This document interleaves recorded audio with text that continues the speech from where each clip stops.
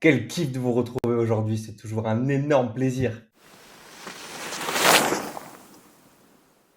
Punaise, j'ai les cheveux tellement longs qu'on voit bientôt plus mes oreilles. Mettez en commentaire si vous voulez que je me coupe les cheveux ou si vous voulez voir la prochaine vidéo sans casquette. Le suspense est levé depuis le début de la vidéo. Aujourd'hui, on va parler des stablecoins. Retiens qu'un stablecoin est une crypto-monnaie qui est stable dans le temps et qui essaie d'imiter la valeur d'une monnaie fiduciaire. La plupart du temps, l'euro ou le dollar. L'intérêt premier de cette crypto-monnaie, c'est dans son nom, c'est la stabilité. Alors tu vas me dire, oui, c'est ennuyé parce que toi, tu veux une crypto-monnaie volatile, tu veux une crypto-monnaie pour faire de l'argent, on en revient toujours au même. Mais sache que la stabilité est une caractéristique fondamentale pour le développement d'un écosystème financier. Ici, l'écosystème des crypto-monnaies. Pour les transactions, sache qu'un stablecoin est une crypto-monnaie, donc adossé à une blockchain. Je te renvoie à notre première vidéo sur la blockchain où on t'explique tout en détail, des transactions à faible coût, rapides. Et deuxièmement, comment veux-tu qu'un commerçant puisse utiliser les crypto-monnaies si les crypto-monnaies sont volatiles et varient du simple au double en très peu de temps? Donc cette stabilité de prix est très importante pour l'adoption massive des crypto-monnaies afin qu'on puisse l'utiliser au quotidien et en se protégeant de la volatilité. Au niveau de la flexibilité, je te le redis, elle est adossée à une blockchain, donc pas de limite géographique, pas de limite de temps. Tu as accès à ton argent à n'importe quel endroit du monde. Pas de problème avec les frais de change. Jour férié, en pleine nuit, tu pourras faire des transactions à tout moment, n'importe où, à faible coût et d'une rapidité sans faille. Et enfin, pour les résidents français, vous n'êtes pas imposé sur les stablecoins, donc vous pouvez retirer vos crypto-monnaies, prendre vos bénéfices et les conserver sur une crypto-monnaie qui sera stable. À l'inverse, si vous les retirez en monnaie fiduciaire, euro ou dollar, vous serez imposé de la flat tax et 30%. Et pour toi, mon petit philo qui veut faire du rendement, tu as encore la DeFi où tu pourras faire travailler tes stablecoins et dégager des revenus passifs. Tu pourras faire du stacking, du prêt, d'emprunt qu'on va te détailler en prochaine vidéo. Alors abonne-toi, allume la cloche pour ne rien manquer. Allez, j'espère que t'es chaud. Là, on va aborder le fonctionnement des stablecoins.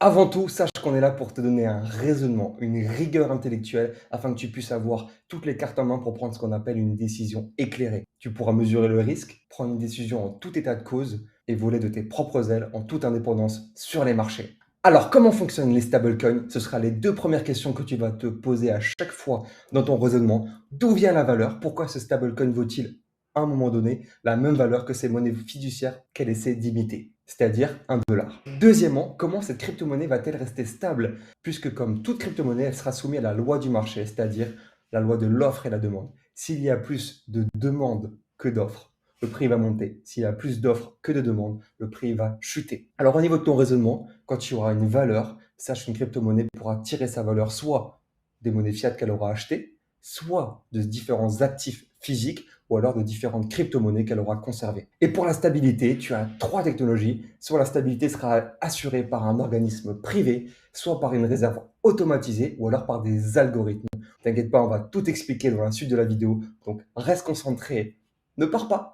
Ne pars pas parce que tu vas manquer le meilleur. Allez, c'est parti pour la suite. On va attaquer les deux familles de stablecoins. Maintenant que tu as les deux questions les plus importantes, on va affiner ton raisonnement et tu vas te demander est-ce que je suis sur un stablecoin qui est centralisé ou décentralisé?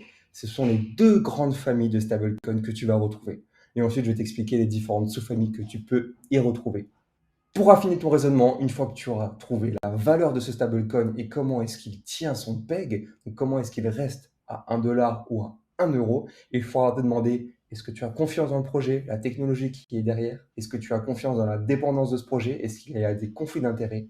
Et à ce moment-là, tu pourras faire une synthèse avantage-inconvénient. Et si tu as des questions, si tu veux savoir si ce projet est cohérent, on a un Discord, on se fera un plaisir d'échanger avec toi. On va parler des stablecoins centralisés. En vert, vous avez l'USDT, en bleu, l'USDC et en jaune, le BUSD. Le BUSD est voué à disparaître, mais je l'ai laissé volontairement puisqu'actuellement la SEC est en conflit avec le BUSD et Paxos n'a plus le droit d'émettre le stablecoin de Binance. Je l'ai laissé pour vous montrer aussi la fragilité de stablecoins centralisés, même si sur le papier, ils peuvent paraître très intéressants. C'est pour que vous puissiez avoir les avantages, les inconvénients et les risques. Alors, c'est parti pour notre exemple pratique, puisqu'avant, on était sur la théorie. Rien de mieux que de la pratique pour comprendre pleinement les choses.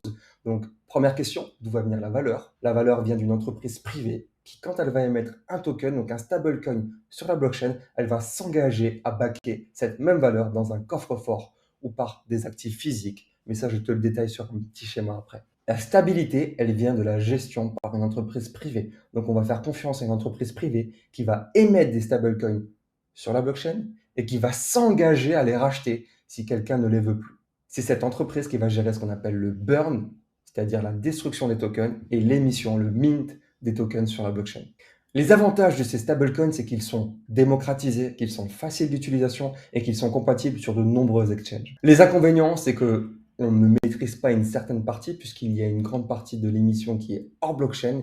Donc, on peut être soumis à la censure et à certains conflits d'intérêts, premièrement. Et deuxièmement, on n'a pas de transparence pour vérifier que les stablecoins en circulation sont bien backés à 100% hors de la blockchain en cas de demande massive des utilisateurs pour vendre le stablecoin et ainsi maintenir le peg. Alors, petit schéma, je sais que vous adorez ça. Donc là, c'est un petit résumé qu'on vient de voir. À gauche, tu as le côté obscur, la partie hors blockchain, c'est celle qu'on ne maîtrise pas. C'est pour ça qu'elle nous inquiète, puisqu'on manque de transparence. On doit faire confiance à une entité centralisée. On doit lui faire confiance pour la gestion de la valeur, puisque c'est ici qu'elle va s'engager à stocker dans un coffre-fort du cash, à acheter des obligations, à acheter des produits financiers qui vont backer normalement à 100% les stablecoins qui vont être en circulation. À droite, tu as la partie qu'on adore, la partie sur la blockchain, la partie qui est totalement transparente, où tu vas pouvoir acheter tes stablecoins et ces stablecoins vont te permettre d'interagir avec la DeFi, avec les différents exchanges et tu vas pouvoir réaliser tes premiers achats sur différentes crypto-monnaies. On continue avec les stablecoins décentralisés. N'oublie pas de mettre un petit pouce bleu, c'est toujours un énorme kiff de pouvoir avoir vos retours. Donc abonne-toi, allume la cloche pour ne rien manquer. Et là, on reste concentré, on va parler des stablecoins décentralisés. Donc là, tu vas retrouver deux sous-familles, les stablecoins décentralisés, collatéralisés et les algorithmiques. On va voir les avantages et les inconvénients de ces deux sous-familles sur les prochains schémas. Sache qu'ils sont tous les deux décentralisés, il n'y a pas d'entité privée derrière. Donc ils sont totalement transparents, incensurables. Et c'est pour ça que les stablecoins décentralisés, on les aime beaucoup, mais ils présentent toujours certains inconvénients. C'est pour ça qu'aujourd'hui, on est obligé d'avoir au minimum des stablecoins centralisés et décentralisés par mesure de sécurité, puisqu'il ne faut jamais mettre tous vos œufs dans le même panier. Comme son nom l'indique, les stablecoins décentralisés collatéralisés sont sécurisés par d'autres cryptoactifs, d'autres crypto-monnaies. Les échanges sont gérés par des smart contracts, la DAO, donc il y a une intervention humaine qui va gérer les votes afin de gérer les frais de réseau, gérer les récompenses, ce qui va favoriser ou non les échanges avec ce stablecoin et ce protocole. Les algorithmiques, normalement, n'ont pas de collatéral. On retrouve des algorithmiques hybrides qui en possèdent, mais normalement, le collatéral, c'est les mathématiques, c'est la qualité des lignes de code qui vont être derrière ce stablecoin. Lui aussi, les échanges seront gérés par des smart contracts et la supply sera gérée par des algorithmes. Tous les deux sont très dépendants des oracles qui constituent ces stablecoins, puisque les oracles, c'est ce qui va faire le lien entre les informations de la vie réelle et ceux sur la blockchain. Je te détaille tout dans la suite et dans une prochaine vidéo, donc abonne-toi, allume la cloche pour ne rien manquer. Allez, on commence avec la première sous-famille, les stablecoins décentralisés, collatéralisés. Je t'ai mis le projet le plus connu, le DAI. C'est le protocole MakerDAO qui gère l'émission des DAI. C'est un système de prêt et d'emprunt. À l'origine, il était sur le réseau Ethereum, puis il s'est ouvert sur le réseau Polygon pour optimiser les frais de réseau. L'émission de DAI est dépendante de prêts et d'emprunts. Il est collatéralisé à 150% par d'autres crypto-monnaies. À la base, il était principalement collatéralisé par l'Ethereum et aujourd'hui, il est principalement collatéralisé avec de l'USDC. Vous allez me dire, mais pourquoi collatéraliser autant d'argent pour emprunter des DAI?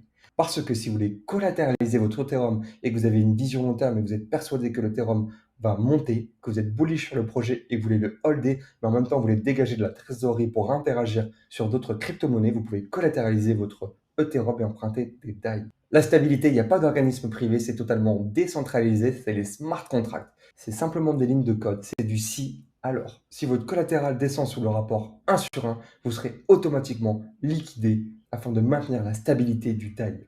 Les avantages de ce projet, c'est la décentralisation, c'est la transparence et le fait qu'il soit non censurable.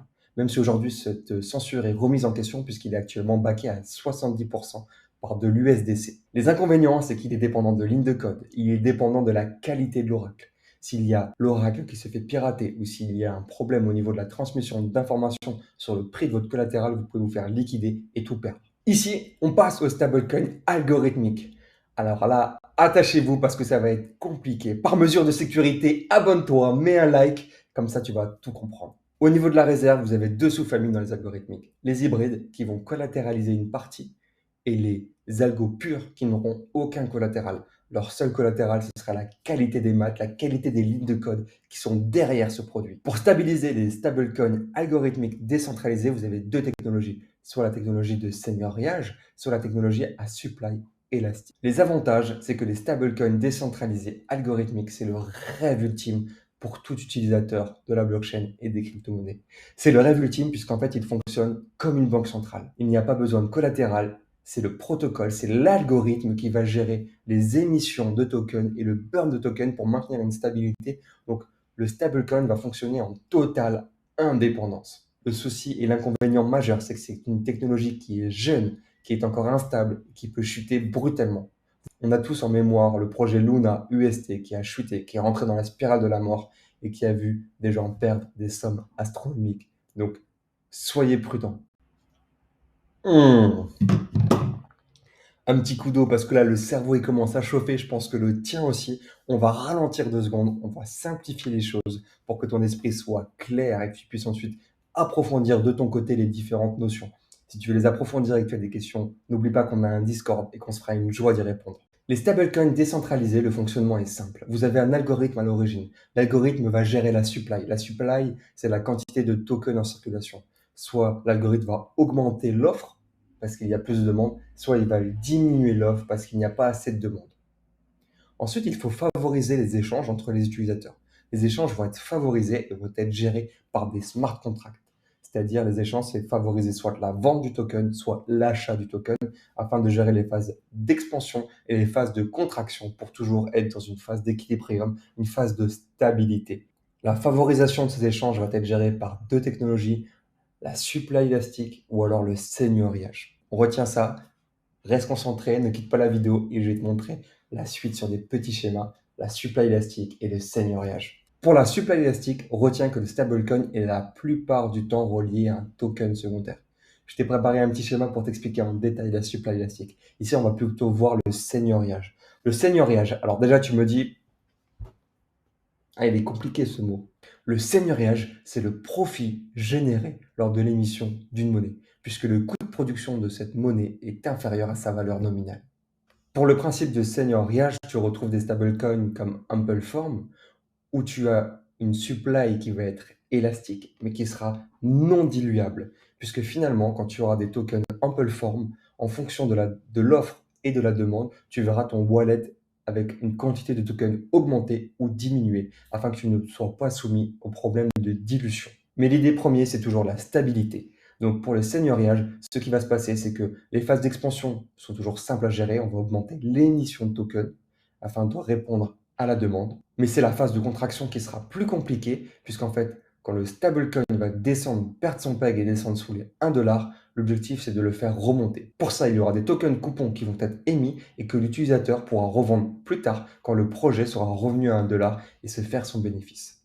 Le token share, c'est l'inverse. C'est des tokens qu'on pourra acheter en phase d'expansion et qu'on pourra revendre contre un bénéfice pour diminuer le prix du token. Mais tout ça repose sur la théorie des jeux, notamment en phase de contraction, puisqu'on va acheter un stablecoin sous-évalué, mais on fait le pari qu'il va remonter, qu'il va retrouver son peg. Donc c'est ce qui est dangereux, et c'est ce qu'on appelle les spirales de la mort comme l'UST. Si le pessimiste l'emporte sur l'optimiste, c'est la spirale de la mort, et le stablecoin ne retrouve plus son peg. Je vous laisserai creuser sur la théorie des jeux, c'est hyper intéressant. La théorie des jeux, c'est une branche des mathématiques qui étudie les interactions entre les individus dans des situations où chacun cherche à maximiser son profit. Restez, ne paniquez pas, je sais que beaucoup sont encore malheureux de ce projet, le projet Luna UST. Je pense que dans la vie, il ne faut pas oublier le passé, mais il faut retenir la leçon. Deuxièmement, le projet Luna UST était un superbe exemple pour comprendre les stablecoins décentralisés, algorithmiques, à supply élastique. La plupart des stablecoins à supply élastique sont reliés à un token secondaire. Ce token secondaire, c'est un petit peu indirectement un collatéral. Les deux sont intimement liés par une imprimante. 1 $ de Luna vaut une unité d'UST. Et je précise et j'insiste, c'est que ce n'est pas 1 $ d'UST est égal à 1 $ de Luna, mais c'est bien une unité d'UST qui équivaut à 1 $ de Luna. C'est hyper important pour la suite de l'explication. Ici, le token secondaire, c'est le Luna. Le token secondaire doit avoir une valeur, une utilisation pour créer de la valeur. Ici, le Luna favorisait les échanges et c'était une réserve de valeur. Donc, si vous étiez bullish sur le projet, vous aviez tout intérêt à interagir avec l'UST et le Luna. Donc la supply élastique va gérer son PEG, va gérer sa stabilité par un système d'arbitrage. Comme son nom l'indique, supply élastique, c'est-à-dire que la supply va augmenter ou diminuer en fonction de l'offre et la demande. Donc il y aura aussi une dilution, et c'est aussi ça qui est dangereux dans les stablecoins algorithmiques. En phase de contraction, c'est la plus compliquée à gérer. L'objectif, c'est de vous faire remonter le prix de l'UST, donc de diminuer sa supply. En diminuant sa supply, on augmente sa rareté. Le projet Terra va s'engager à donner 1 dollar de Luna contre une unité d'UST. Sachant qu'une unité d'UST vaut 1 dollar, vous êtes gagnant à donner vos unités d'UST contre 1 dollar de Luna. En échange, la fondation va détruire ces tokens UST pour diminuer la supply et augmenter la rareté. Mais puisqu'ils vous ont donné 1 dollar de Luna, ils vont imprimer des Luna. Donc la supply du Luna va augmenter, donc sa rareté va diminuer. C'est pour ça que c'est fondamental que la valeur du token secondaire soit toujours croissante, afin de pouvoir répondre à ces différents chocs et ces différentes chutes de l'UST. La phase d'expansion, elle est un petit peu plus simple, c'est le mécanisme inverse. Ici, on veut augmenter la supply afin de diminuer la rareté du stablecoin pour le faire revenir à 1 dollar. Cette fois, c'est l'inverse. Les utilisateurs sont encouragés à donner 1 dollar de Luna contre une unité d'UST. Cette fois, c'est l'inverse. Les utilisateurs sont encouragés à donner 1 dollar de Luna à la fondation. En échange, la fondation va leur donner une unité d'UST qui vaut du coup plus que 1 dollar, qu'on peut revendre sur le marché et en tirer un bénéfice. La fondation, elle, va du coup augmenter la supply de l'UST pour le faire revenir à 1 dollar et va burn des Luna. Donc la supply des Luna va diminuer, la rareté des Luna va augmenter, donc le Luna va prendre en valeur. J'espère que vous comprenez un petit peu cette interaction qui est juste fabuleuse et qui est très intéressante, mais qui aujourd'hui n'a pas trouvé d'équilibre sur du long terme, puisqu'on a tous vu l'UST chuter. Donc attention avant d'investir sur des algorithmes, attention avant d'investir sur des stablecoins algorithmiques. Les MNBC, les monnaies numériques des banques centrales, ou alors les CBDC pour les anglophones. Je ne vais pas donner mon avis sur cette future monnaie numérique. C'est une monnaie qui va être numérique et qui va reproduire le dollar ou l'euro et qui sera émise par les banques centrales et non pas par un organisme privé. Ça, c'est déjà la grande différence. Je ne vais pas donner mon avis parce que maintenant, vous avez un raisonnement solide. À vous de voir d'où vient la valeur de cette monnaie numérique. Comment vont-ils assurer la stabilité? Quel sera le niveau de transparence? Quel sera le niveau de censure? Est-ce qu'il sera inscrit sur une blockchain privée, publique? Est-ce qu'il y aura même une blockchain? Je vous laisserai en juger. Mettez en commentaire ce que vous en pensez. J'ai hâte de voir vos retours, votre avis. Est-ce que les MNBC sont indispensables? Doit-on s'en passer? Est-ce que ce serait une catastrophe si on les voit arriver sur le marché? Je te laisse réfléchir, je te laisse méditer. Mets-nous en commentaire qu'on puisse échanger ensemble. On se fera une joie de te répondre. Et ça, je sais que c'est ton moment préféré, le petit bonhomme blanc avec la punaise rouge. Ça veut dire qu'on arrive à la fin de la vidéo. Merci d'être resté jusqu'au bout et j'espère que tu as appris plein de choses. Si tu as des questions, mets-les en commentaire. On se fera une joie d'approfondir les différentes notions que tu n'as pas comprises. Ce que tu dois retenir, c'est qu'un stablecoin n'est pas synonyme de stabilité. Chaque stablecoin a ses propres indications. Demande-toi à quoi ils vont te servir, si tu veux les garder sur du long terme, avec quel protocole tu veux interagir. Dorénavant, tu as un raisonnement solide, donc fais tes recherches. Tu as toutes les cartes en main pour réfléchir et investir sur le stablecoin qui te correspondra le mieux. Et encore une fois, la pédagogie, c'est l'art de la répétition. Demande-toi d'où vient la valeur du stablecoin dans lequel tu veux investir. Comment va-t-il maintenir sa stabilité, son niveau de transparence, son niveau de censure? Et dernière chose, diversifiez-vous. C'est hyper important, ne mettez jamais tous vos œufs dans le même panier. Et là, c'est le moment de partage, le moment préféré, la minute philosophique. Qu'est-ce que je vais vous raconter aujourd'hui? C'est un début d'année qui est difficile, il fait froid, on perd en motivation, mais il faut rester fidèle à tes valeurs. N'oublie pas que dans la vie, tu peux soit perdre du temps, soit perdre de l'argent. L'argent, ça vient, ça part, tu en referas toujours. Le temps, il est passé, tu ne rattraperas pas. Donc choisis bien ce que tu en fais. Passe du temps avec les gens que t'aimes. Reste fidèle à tes valeurs. Fais-toi kiffer, fonce, prends du plaisir dans tous tes projets. Fais-toi confiance, reste fidèle à tes valeurs et ne doute surtout pas de toi. Continue à te former. Je te fais plein de bisous. C'était un énorme kiff de partager ces petits moments avec toi, ces petits moments de bonheur, ces petits moments d'amour. Hop hop hop! N'oublie pas de t'abonner. Pensez partir comme ça? Allez, fais un petit like, ça me fera un énorme plaisir. Et je te dis à très vite. Ciao ciao!